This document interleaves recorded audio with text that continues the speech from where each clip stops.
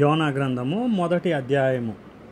యెహోవా వాక్కు అమిత్తయి కుమారుడైన యోనాకు ప్రత్యక్షమై ఎలాగు సెలవిచ్చెను.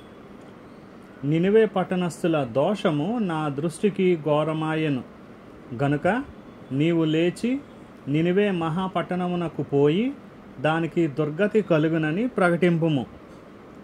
అయితే యెహోవా సన్నిధిలో నుండి తర్షీషు పట్టణమునకు పారిపోవలెనని యోనా యొప్పేకు పోయి తర్షీషునకు పోవు ఒక ఓడను చూచి ప్రయాణమునకు కేవు ఇచ్చి యెహోవా సన్నిధిలో నిలువక ఓడ వారితో కూడి తర్షీషునకు పోవుటకు ఓడ ఎక్కెను. అయితే యెహోవా సముద్రం మీద పెద్ద గాలి పుట్టింపగా సముద్రమందు గొప్ప తుఫాను రేగి ఓడ బద్దలైపోవు గతి వచ్చెను.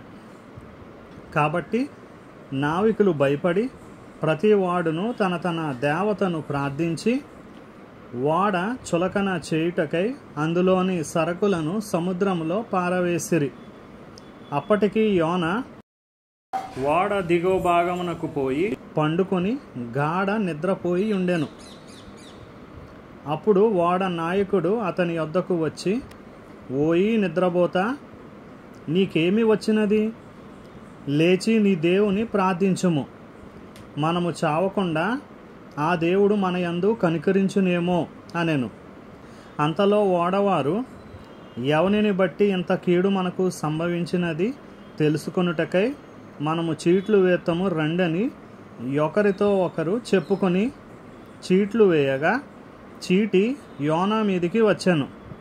కాబట్టి వారు అతని చూచి, ఎవరిని బట్టి ఈ కీడు మాకు సంభవించెనో, నీ వ్యాపారం ఏమిటో, నీవెక్కడి నుండి వచ్చితివో, నీ దేశమేదో, నీ జనమేదో, ఈ సంగతి అంతయు మాకు తెలియజేయమనగా అతడు వారితో ఇట్లనెను, నేను హెబ్రీయుడను, సముద్రమునకును భూమికిని సృష్టికర్త అయి ఆకాశమందుండు దేవుడై ఉన్న యెహోవా యందు నేను భయభక్తులు గలవాడనై ఉన్నాను. తాను యెహోవా సన్నిధిలో నుండి పారిపోవుచున్నట్టు అతడు ఆ మనుష్యులకు తెలియజేసి ఉండెను గనుక వారు ఆ సంగతి తెలుసుకొని మరింత భయపడి నీవు చేసిన పని ఏమని అతన్ని అడిగిరి.